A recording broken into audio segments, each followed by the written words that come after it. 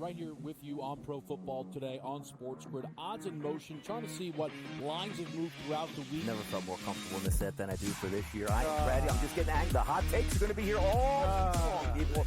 What in the world is going on in Miami, Dom? It's not particularly anything to shy away from just because many people are on top of it. Hot take, hot take. I think this line is asking you once again to take New Orleans. Pro Football Today, only on SportsGrid. They lost in Neyland to Tennessee, 24-17. Again, and look, that puts Alabama in a very tough spot.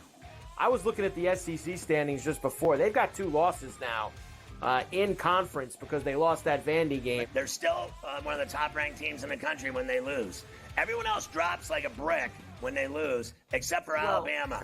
Pharrell Coast to Coast, only on SportsGrid.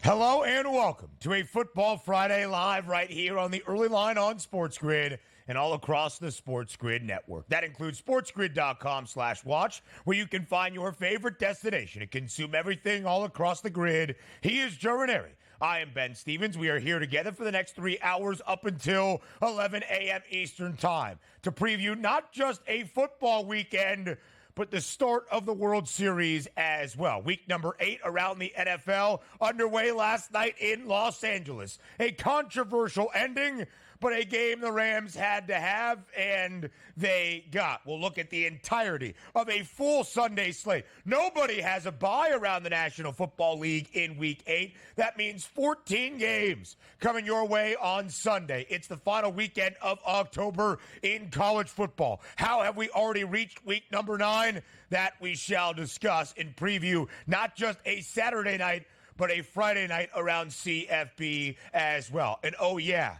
after a long layoff, it has been 5 days. It is the start of the 2024 World Series, the Fall Classic between 2 iconic brands in baseball. It's the Dodgers. It's the Yankees. It's game number 1, Joe, on this Friday night in Los Angeles. I don't know that you can ask for anything better than what we've got lined up here over the next couple of days, Ben. The next week, in fact, as we say goodbye to October and welcome in November, is going to be epic. I'm all for it. Let's roll.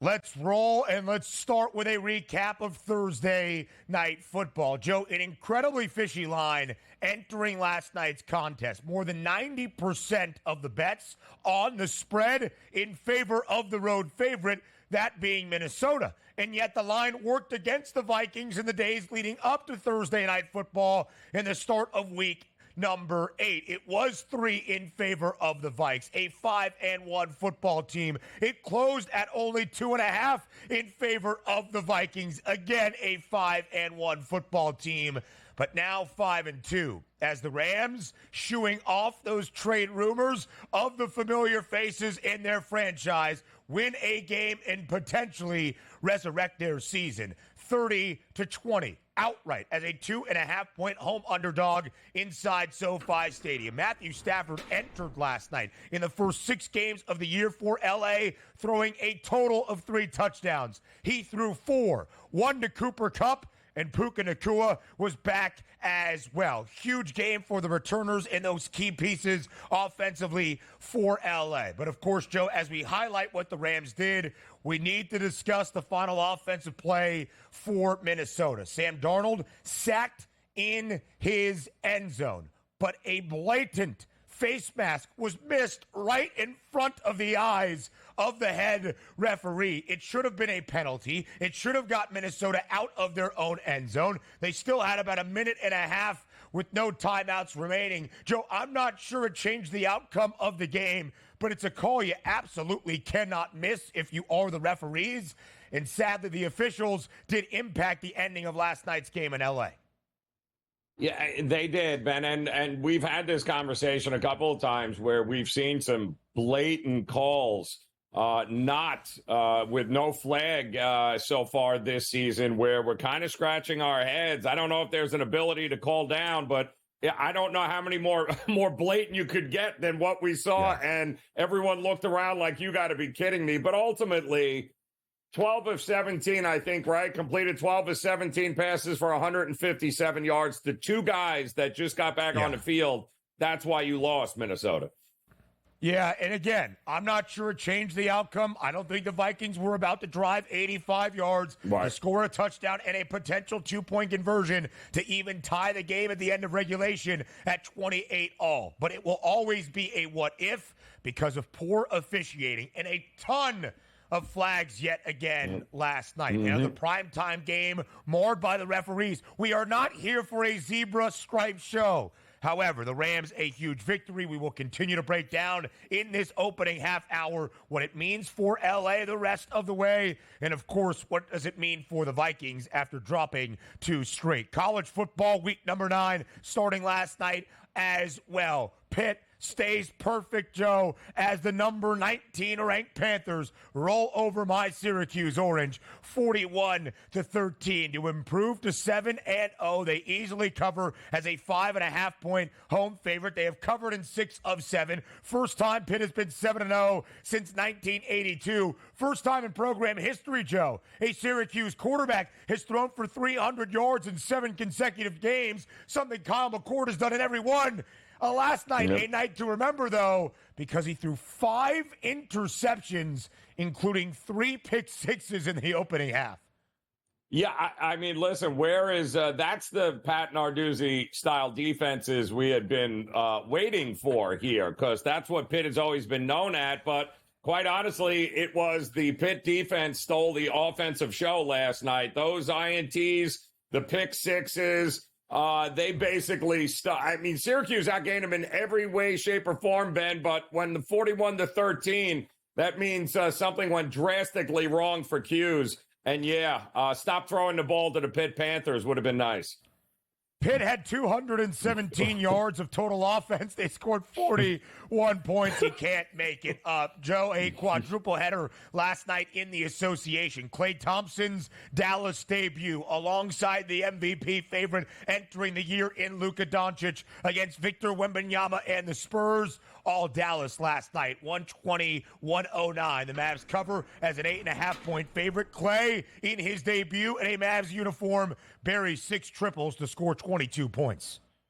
Yeah, I mean, 27 boards, 3 steals, so he played defense. He was grabbing boards and draining threes. I thought he was over the hill and done. I guess maybe that was a little premature so far, huh?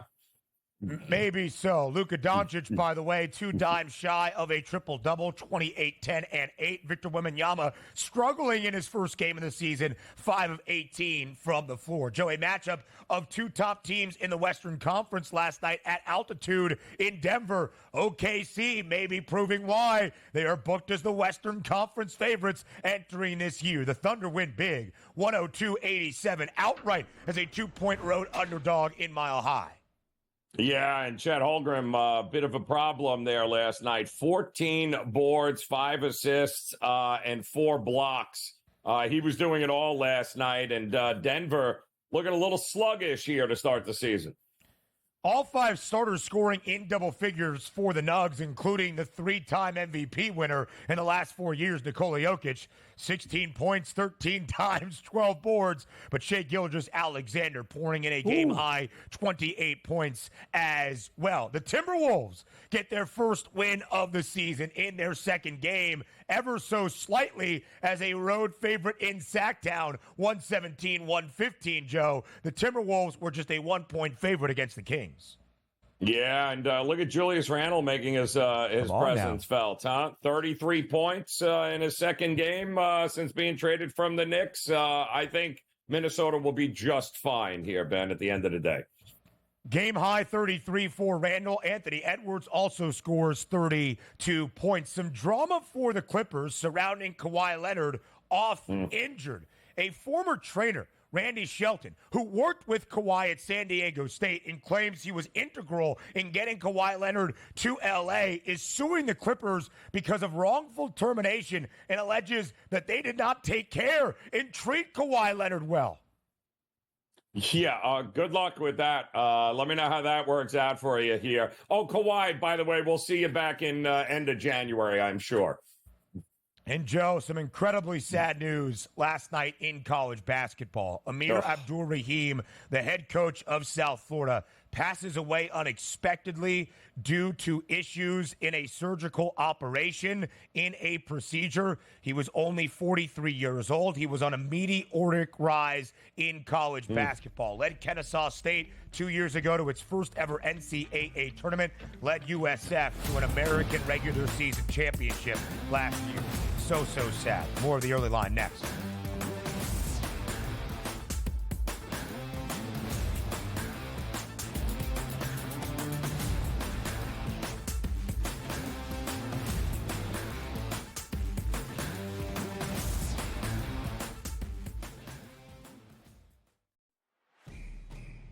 It's a new era in CFP to start off this year, put on full display. My take on this game is simple. I know some people will be upset about it.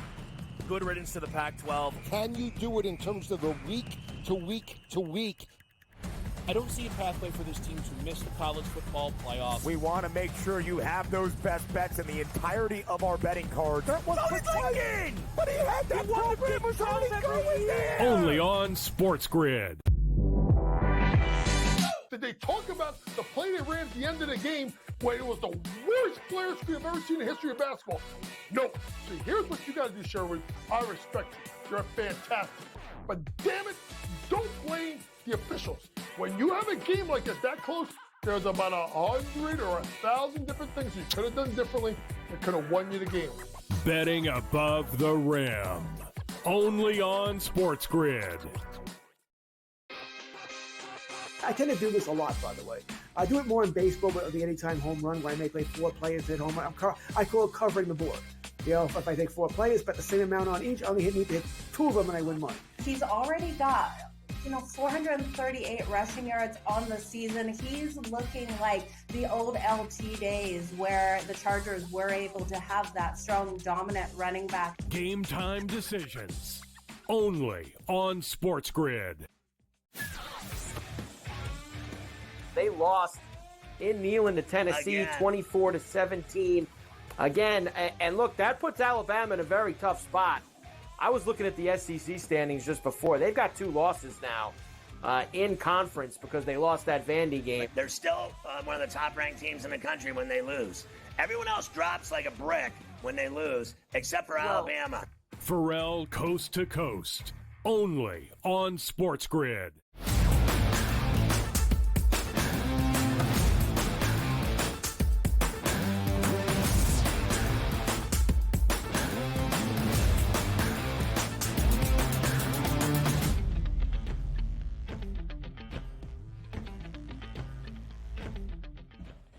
A huge Thursday night football game to kick off week number 8 of this 2024 NFL regular season. Because of last night's implications, Joe, entering the Minnesota Vikings, suffering their first loss of the year a Sunday ago, but in a great divisional duel against the Detroit Lions, trying to show, hey, we're not just a flash in the pan. We are one of the top teams in the NFC. The Rams trying to shove away trade rumors and speculation about Matthew Stafford and Cooper Kupp, and could the Rams be rebuilding by the time we reach the midway point of this NFL season? Well, the Rams resurrect their season last night with a huge home victory inside SoFi Stadium, 30-20. LA wins outright as a 2.5-point underdog. A total that dropped throughout the day, going down to 46.5, does go over. A huge victory for the Rams. And Joe, it really was a huge victory for the Rams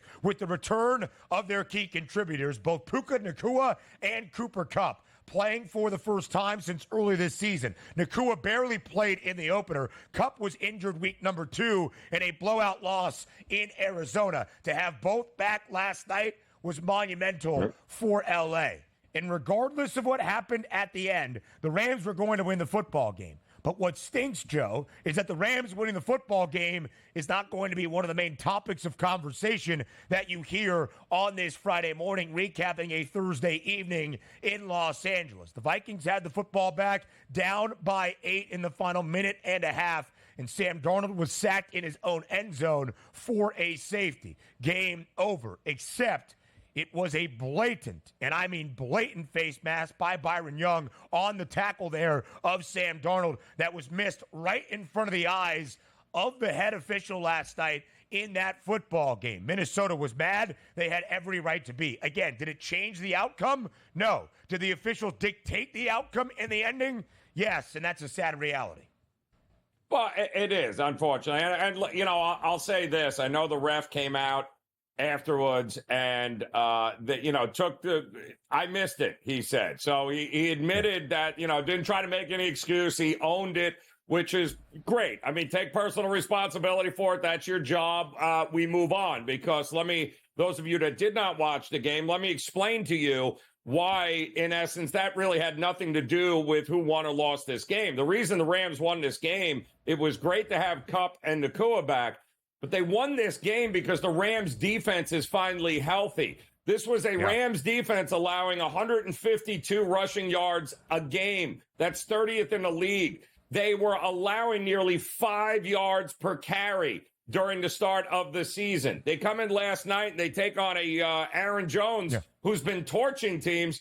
He gets 58 yards on 3 yards per carry. And, oh, yeah, by the way, for a team that had 11 total sacks so far this season, they sacked Sam Darnold 3 times, hit him 6 other times, caused him nothing but aggravation all night long. It's the Rams' defense that showed up, and that is why they were able to win that game, regardless of what the refs did or did not do. Really well said, Joe. It is a huge component of it. We never like when an ending is influenced by the officiating crew. We want to see the action on the field between the players on the playing surface dictate the outcomes and the results of every sporting event that we watch. I do not believe the Vikings, even with the penalty moving forward probably to the 20 or 25-yard line, would have driven the rest of the length of the field to score a tying touchdown with a minute and a half and no timeouts left. But we'll never know, and that is the issue. Regardless, in the record book, the Rams win a football game 30-20, outright as a 2.5-point underdog. Joe, it's really hard to over-exaggerate just how unhealthy the Rams were in the opening few weeks of this season. Puka Nacua, injured in the offseason throughout training camp, played barely a few snaps in that opener against Detroit. Cooper Kupp, battling with injuries the last 2+ years, exits week number 2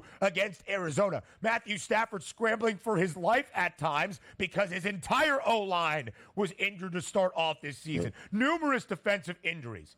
Now the Rams look healthy, and this is what the Rams can be. They are 3-4. Cooper Kupp and Puka Nacua playing a huge role last night. And Matthew Stafford, the 36-year-old veteran quarterback who entered last night, Joe, with 3 touchdown passes total in the first 6 games for Los Angeles this year, had 4 touchdown passes last night against Minnesota. 25 of 34, 279 yards. 106 to Puka Nacua. 51 other to Cooper Kupp. And a touchdown to Kupp as well. Demarcus Robinson, 2 receiving touchdowns last night as well, including the score that put the Rams ahead in the third quarter. The Rams, a huge victory last night. One they needed, Joe, to save their season and keep all those impactful players potentially in-house in Los Angeles. Yeah, and I don't think enough can be said about the offensive line being healthy and having them back in that lineup last night, because we're talking about a Brian Flores defense, Ben, that has been able to get pressure on every quarterback they have faced.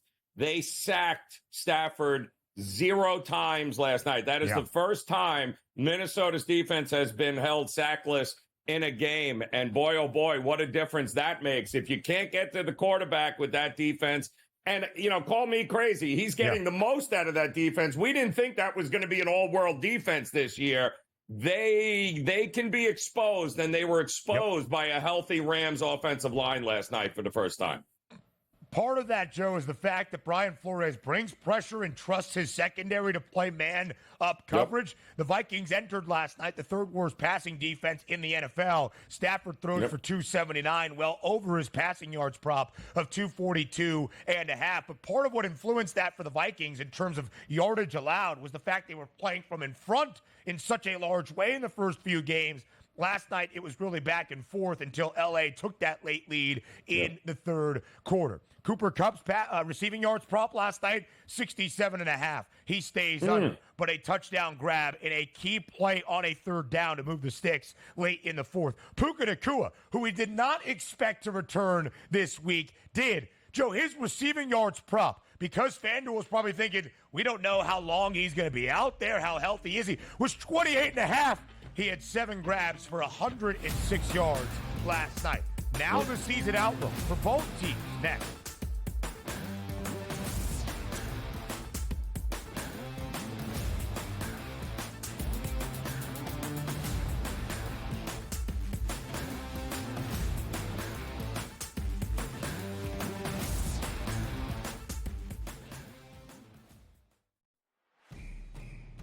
It's a new era in CFB to start off this year, put on full display. My take on this game is simple. I know some people will be upset about it.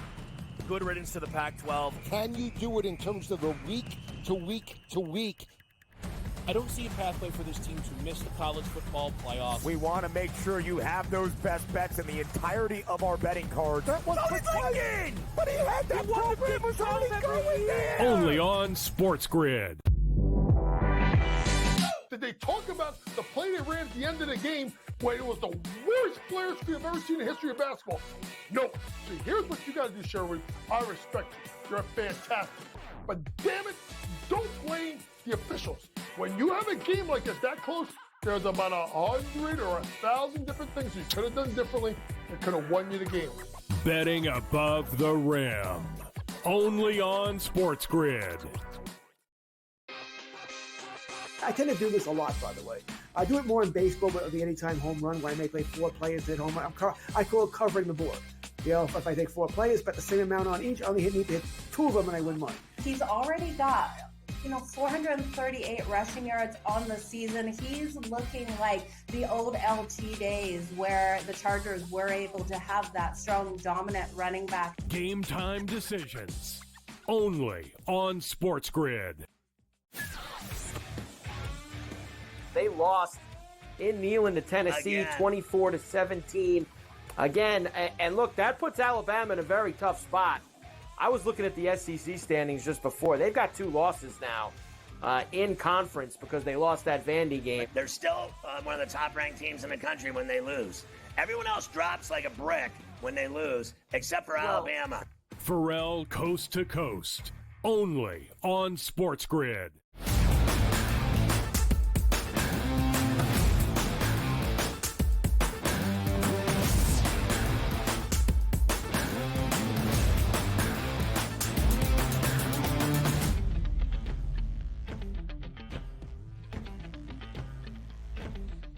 There is always a reaction to any specific single football game in the National Football League, even short week Thursday night football, in a heavily impactful game for the season outlook for both the Vikings and the Rams. We'll get to Minnesota in just a second, but after a 5-0 start, the Vikes have now dropped 2 straight. But we start with L.A., because, Joe, entering last night, not only the fishy line movement, so much public money on the Minnesota Vikings, and yet the line worked back to the Rams. Could this banged-up L.A. team, now healthy, actually hand Minnesota its second consecutive loss and win outright in a game it desperately needed at home? The answer is a resounding yes, because entering last night, the conversation around the Rams, Cooper Kupp was on the brink of being a Kansas City Chief. Might Matthew Stafford, the 36-year-old veteran quarterback, be on the trade block for a team in desperate need of QB experience? If the Rams lost last night and they were a home underdog, they would fall to 2-5, and maybe their entire season outlook changes with the result of one game. I would still argue the entire season outlook changes with the result of one game, but in a very positive path forward. The Rams are now 3-4. They won 7 of their final 8 a season ago to earn a playoff berth. Joe, you still see the long playoff price at plus 390, but what is your assessment of a healthy LA team now with Cooper Kupp, Puka Nacua, a healthier defense, and a restored offensive line all back in Los Angeles? Bet them now. That's all I can tell you. Bet them now. And again, don't bet them because we always knew the offensive ceiling of this team, Ben, was off the charts. The ability with Nacua and a healthy Cooper Kupp and Kyron Williams running the ball. Yeah. That offensive line being healthy. Offensively, we haven't even come close to seeing what they're truly capable of. And I think we're on that path now that the injuries have come and gone. But it's that defensive effort we got last night. If that can continue to improve, then you better bet them now. Bet them to win the division, because who's buying the 49ers with their health issues right now? Not me. Who's betting Seattle? Not me. Certainly not Arizona. The Rams are the most logical ones moving forward to have weathered the storm and start playing some of their best football down this stretch. They are worth every penny right now, Ben, that you can get them at in the future market. Plus 390 the postseason price. It was plus 610 entering Thursday Night Football. More than $2 of movement based on one win. But 2 victories, Joe, in the span of 5 days. Yep. The Rams emerged out of their bye. They handled the Vegas Raiders. Not a pretty game necessarily. The Raiders did cover as a touchdown dog in Los Angeles, but they win last night in a hugely impactful spot. They come out of the bye. Now they get the mini bye after Thursday Night Football to rest up and get even healthier. We can talk about that playoff price, sure. Plus 550 to win the division might be enticing. We've got the Seahawks at 4-3. Questions about Seattle. Everybody else is 3-4. The Rams are a game out of the top spot in that divisional race in the NFC West. Listen, there's a lot of good teams in the NFC. It has turned out to be the gauntlet of a conference we expected the AFC to be. The Commanders are better than we hoped. Everybody in the NFC North is at least 2 games above 500 or better. But those NFC North teams have to play each other a ton in the final 6, 7, 8 weeks of the season. So keep an eye on LA. Now to the NFC North and the Vikings. Joe, a 5-0 start for Minnesota. Some questioned, however, if the Vikings would be there at the end of the road as the team in first place in the NFC North, as the team contending for a conference crown in the NFC. They've dropped 2 straight games. Overall, what is your assessment now of the Vikings? Yeah, listen, the Vikings are a team still, I thought, overachieved early in the season. I think there are limitations to this team, and I think as they play better competition, they're always going to be an over team to me, Ben, but they're not a team that I'm running the window long-term to think they're going to be a part of the bigger picture at the end of the year. I think Green Bay is that team in their division. I think the minus 280 price to make the postseason is justified, and still expect the Vikings, with the start they had, to be a playoff team. Not sure I bet the division or the conference championship number at 7-1 at this moment. Oh, by the way, if you play the Lions, you're going to lose the next week. Teams to play Detroit are now 0-5 in the game afterward, including both the Rams and the Vikings, who have already played the Lions this year. What a sports weekend in Los Angeles. To Dodger Stadium in game number 1 of the World Series. We go next.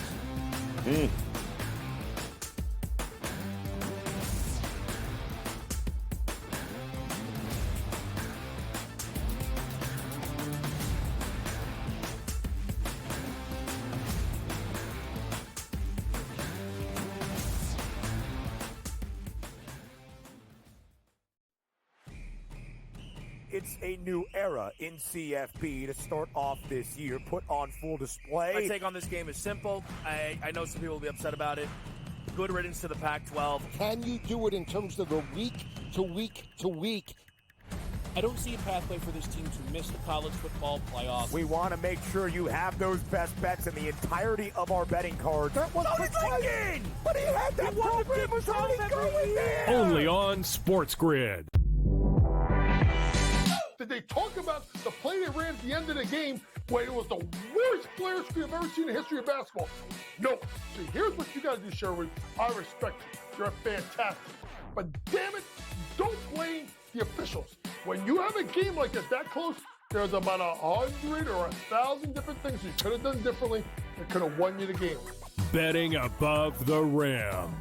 Only on SportsGrid. I tend to do this a lot, by the way. I do it more in baseball with the anytime home run, where I may play 4 players hit home run. I call it covering the board.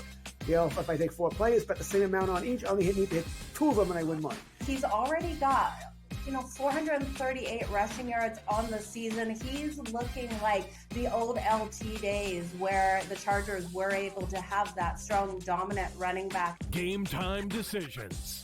Only on SportsGrid.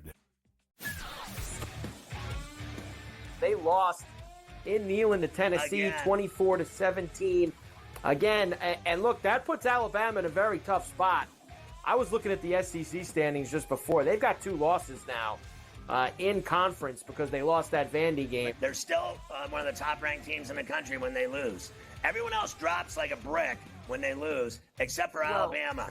Pharrell Coast to Coast. Only on SportsGrid.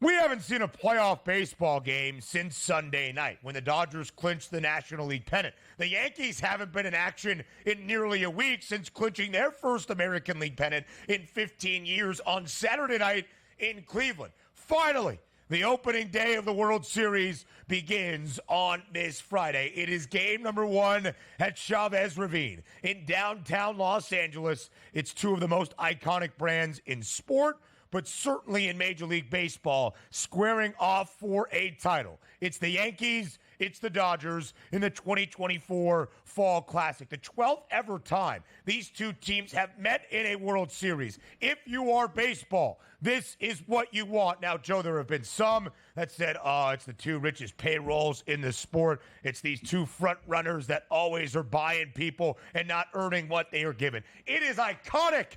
So enjoy the prestige of this World Series. Game number 1 tonight, the Dodgers a home favorite. Jack Flaherty gets the nod for Dave Roberts, of course, the ace on the other side for the Pinstripes in Garrett Cole, which dictates, of course, the outright price for this World Series. The Dodgers an ever so slight outright favorite at minus 122. The series total games over 5.5 has the hefty VIG at minus 180. The Yankees on the series spread is plus 1.5 at minus 190. Joe, just to make it a little bit more, layperson, if you will, for the Yankees to cash the plus 1.5, they would either have to lose in 7 games or they would have to win the World Series, which goes to show you that the Dodgers are the outright favorites, but the Yankees getting a 1.5 in the series spread. The odds makers think this one is destined for 7. Will it live up to the hype and the excitement here in these next few weeks?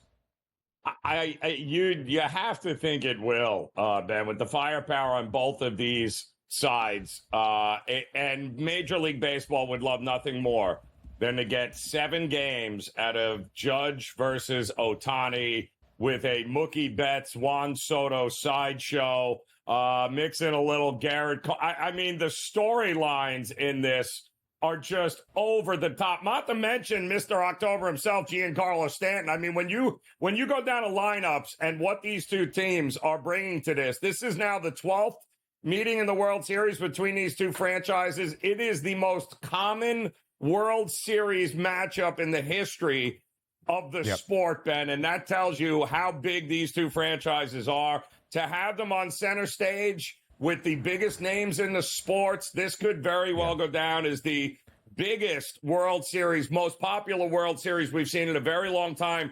And that's saying something given all the competition we have these days. This ain't the 50s with Mickey Mantle and nobody else to watch. This is a totally different era, and I think it's going to be the most watched World Series ever, especially if it goes 7 games. Listen, it is going to be sensational. In the series correct score market, the shortest price, that is the team to win. And in how many games? It's the Dodgers in 6 at plus 420, but then it's the Dodgers in 7 at plus 470, and then the Yankees in 7 at 5-1. Those three outcomes, the three shortest and most likely decisions in this World Series, separated by just 80 cents. Under $1. Of course, this will be the 12th all-time meeting in a fall classic between the Pinstripes and the Dodgers. The Yankees have been dominant in the head-to-head. They have won 8 of the first 11. The most recent one was in 1981, where LA flipped the script because of this young rookie who won NL Rookie of the Year and Cy Young, the only guy to ever do so.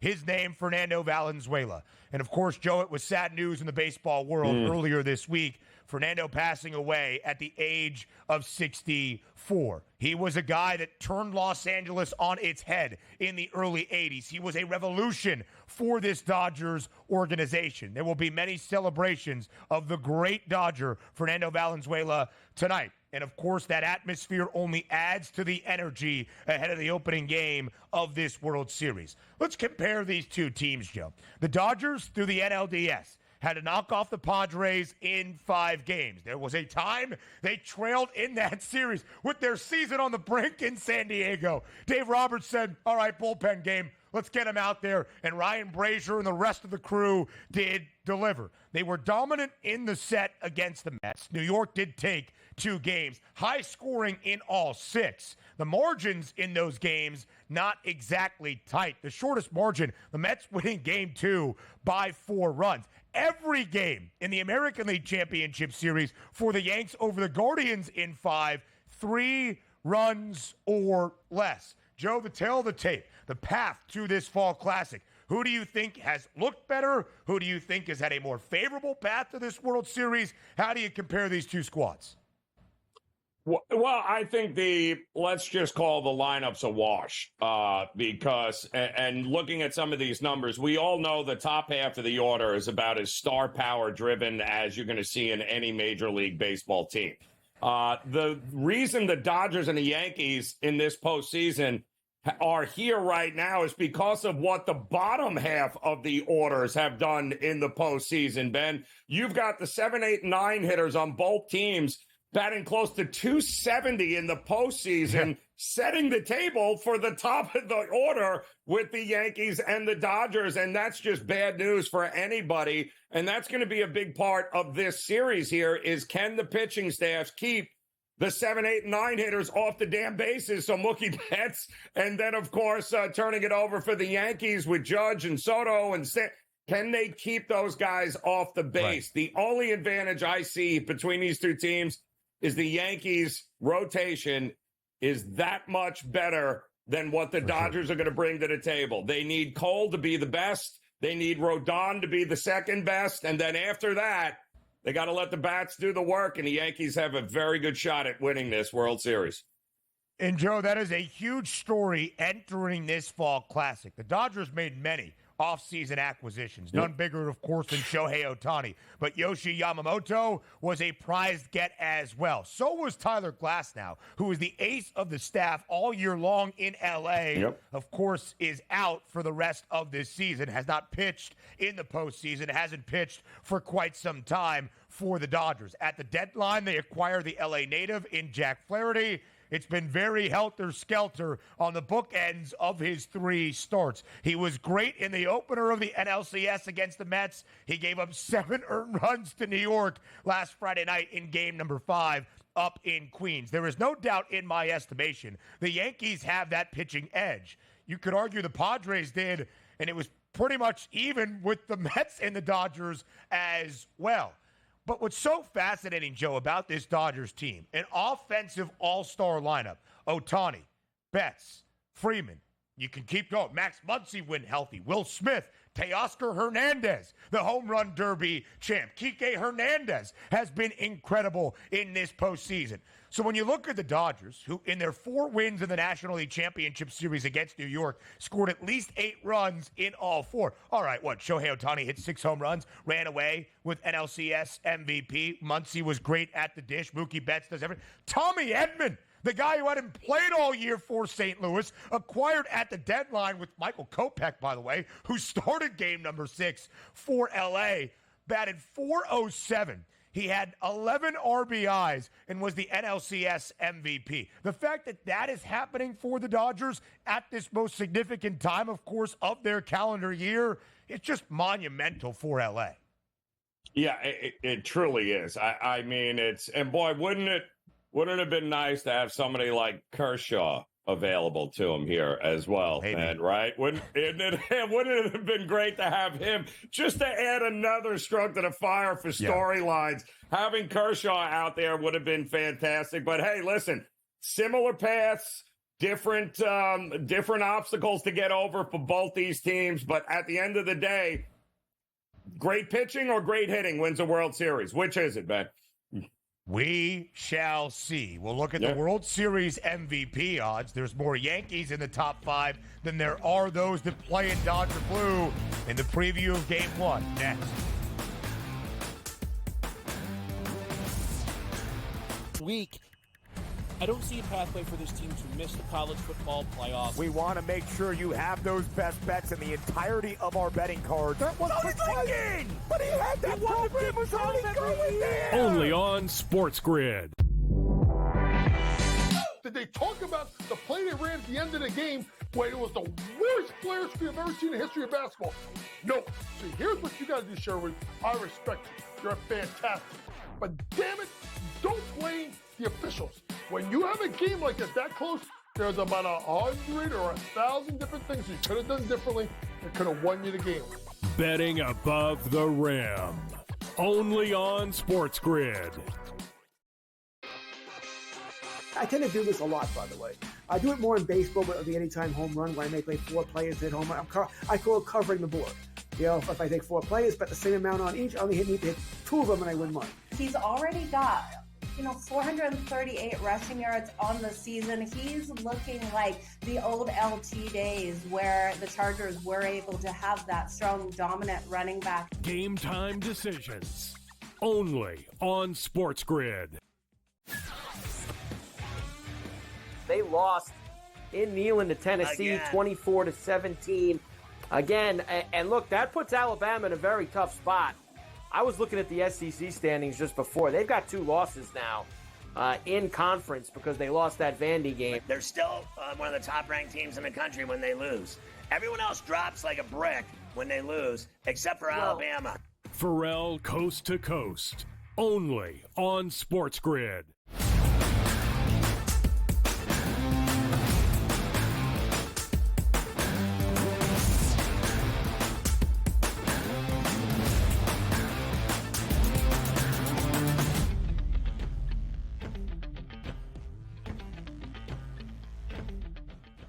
Live right here on the early line. It's the opening day of the 2024 World Series. Joe, before we break down game number 1, the pitching matchup between the Yankees, Garrett Cole, and the Dodgers, Jack Flaherty, here are the World Series MVP odds. A slight change from the top 10 of yesterday. Garrett Cole was not in the top 10. Now he is at 33-1.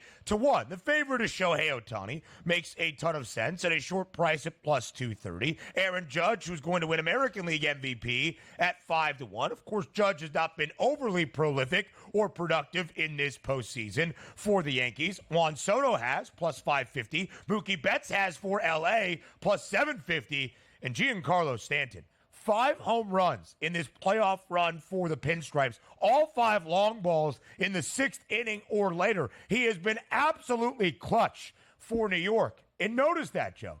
Of the 5 best prices, 3 play for New York. Only 2, Betts and Ohtani, play for the World Series favorites in L.A. Yeah, it's kind of bonkers, isn't it? But I guess really that's the way it should be, right? You got the game's best in both divisions leading their teams to a chance at a World Series title. The interesting thing there is the Freddie Freeman story, given the fact that his ankle has been trashed.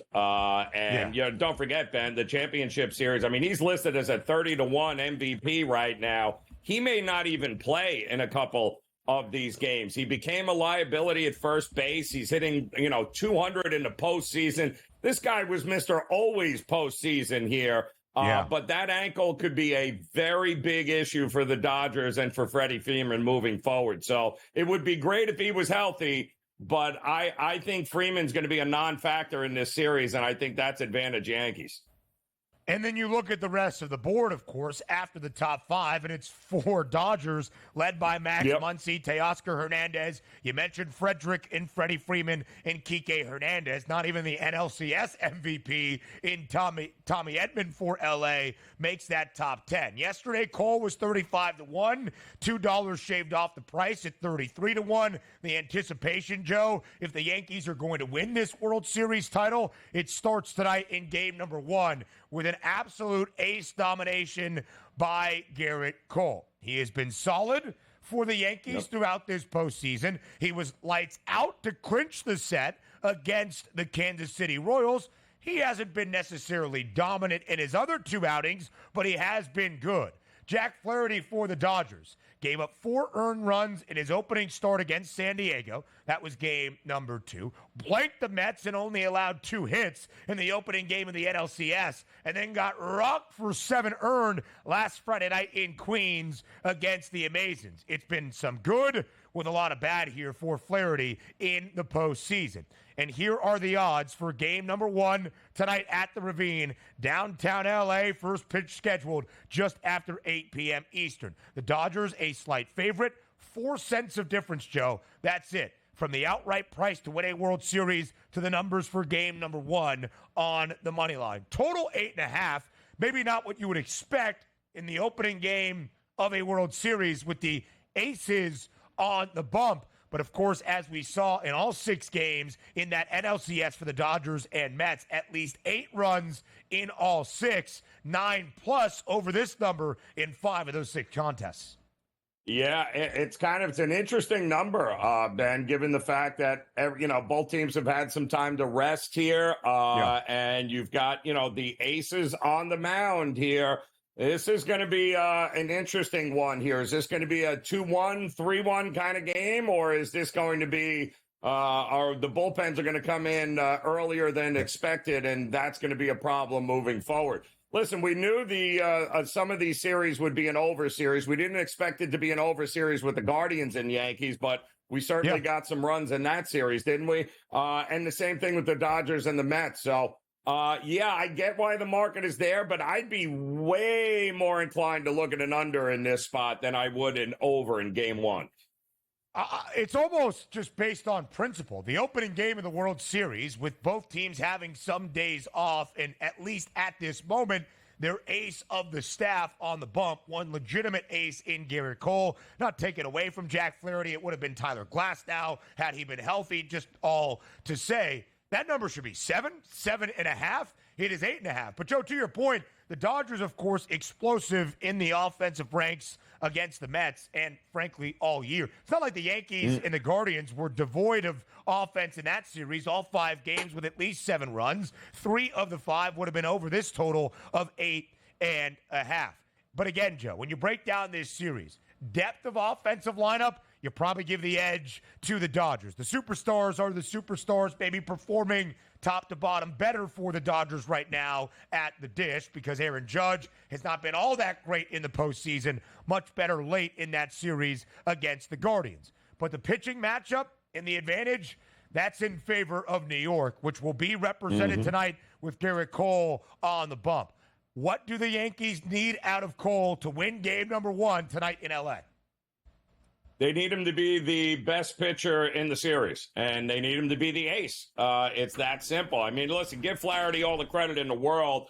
There have been questions about his health since he's been traded, Ben, and he has shown signs of a little bit of fatigue and maybe some arm issues there, but he is a gutty dude, without a doubt. I mean, he has given up 3 runs or more in 5 of his last 6 starts. Don't forget, he had that 8-run outing against the Padres back in the middle of October. So he's the biggest question mark. They need Cole to go out and be Cole. The reason they gave you that bag of money was for this spot right here. Nothing else matters. Go out and shut down the Dodger lineup and win Game 1 of the World Series. In terms of those offensive superstars, Aaron Judge has the shortest price to hit a home run. He hit a long ball in back-to-back games in the ALCS, games 2 and 3 against the Guardians. But again, in this postseason for Judge, he is just 5 of 31, batting .161. Shohei Ohtani, good throughout the postseason. Mookie Betts has delivered as well. You mentioned the ankle injury to Freddie Freeman. We'll see how prolific he can be. Juan Soto and Giancarlo Stanton, though, the main drivers of this Yankees offense all postseason long. Now it becomes a football Friday and a preview of Sunday Night Football next.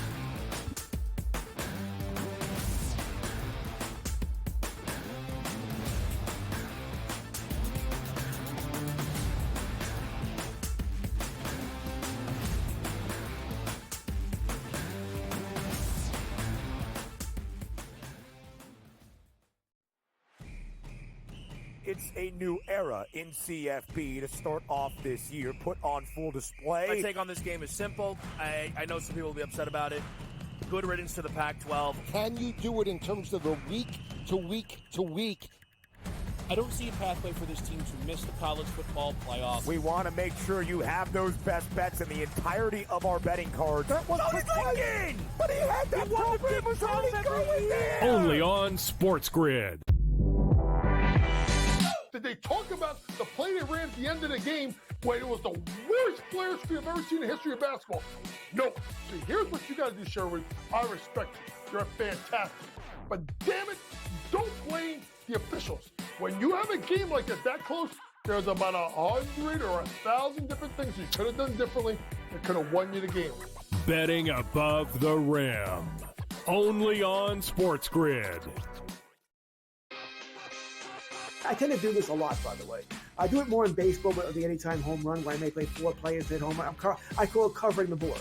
You know, if I take 4 players, bet the same amount on each, I only need to hit 2 of them and I win money. He's already got 438 rushing yards on the season. He's looking like the old LT days where the Chargers were able to have that strong, dominant running back. Game time decisions. Only on SportsGrid. They lost in Neyland to Tennessee, 24-17. Again, and look, that puts Alabama in a very tough spot. I was looking at the SEC standings just before. They've got 2 losses now in conference because they lost that Vandy game. They're still one of the top-ranked teams in the country when they lose. Everyone else drops like a brick when they lose, except for Alabama. Pharrell Coast to Coast. Only on SportsGrid.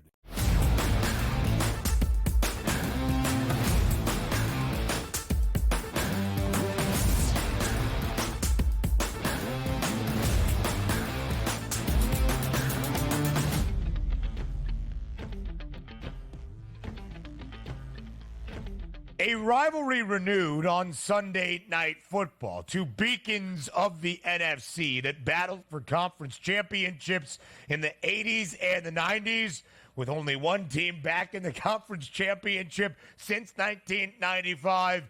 It's the San Francisco 49ers and the Dallas Cowboys, Joe, on Sunday Night Football. It's where we truly begin our Football Friday here on the Early Line, a preview of every single game, all 14 on this NFL Sunday slate in week number 8, with 0 NFL teams having a bye during week 8. So there is the prestige, right? The rivalry renewed, 2 huge brands in this sport, and of course in the NFC as a conference.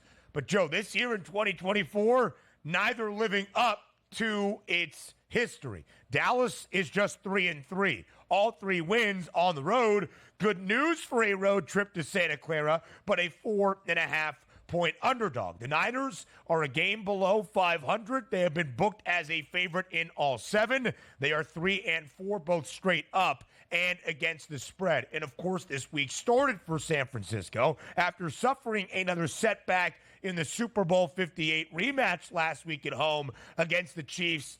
With just more devastating injury news, Brennan Ayuk is out for this year with a torn ACL and MCL. Deebo Samuel was hospitalized due to pneumonia. George Kittle is listed as day-to-day dealing with a foot sprain. Christian McCaffrey not going to return until at least after the bye week, which comes next weekend. Juwan Jennings missed last Sunday's game against the Chiefs. The list goes on and on. So, Joe, where do you even start your breakdown for Sunday Night Football?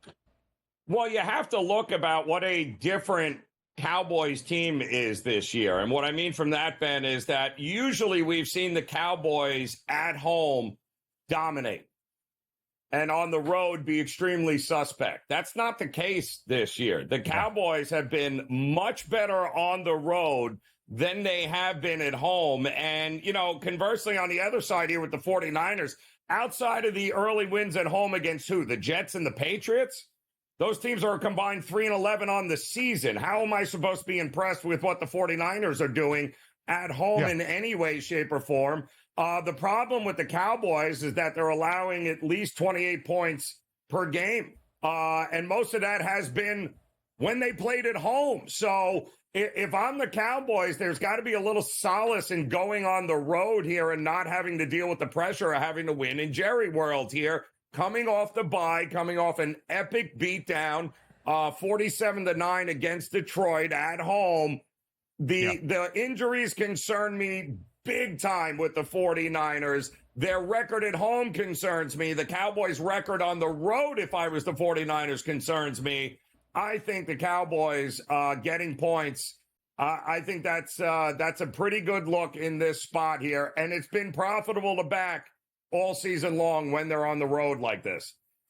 Yep, certainly so, Joe. Right now, the Cowboys allowing 28 points per game with new DC Mike Zimmer. It's second worst in the National Football League. Only the Panthers are worse. You never want to be in conversation with Carolina when comparing statistics throughout an NFL season. In the 3 years that Dan Quinn was the defensive coordinator in Dallas, by himself, 21 through 23, the Cowboys were a top 10 scoring offense each and every year, allowing 21 points per game or less in all 3.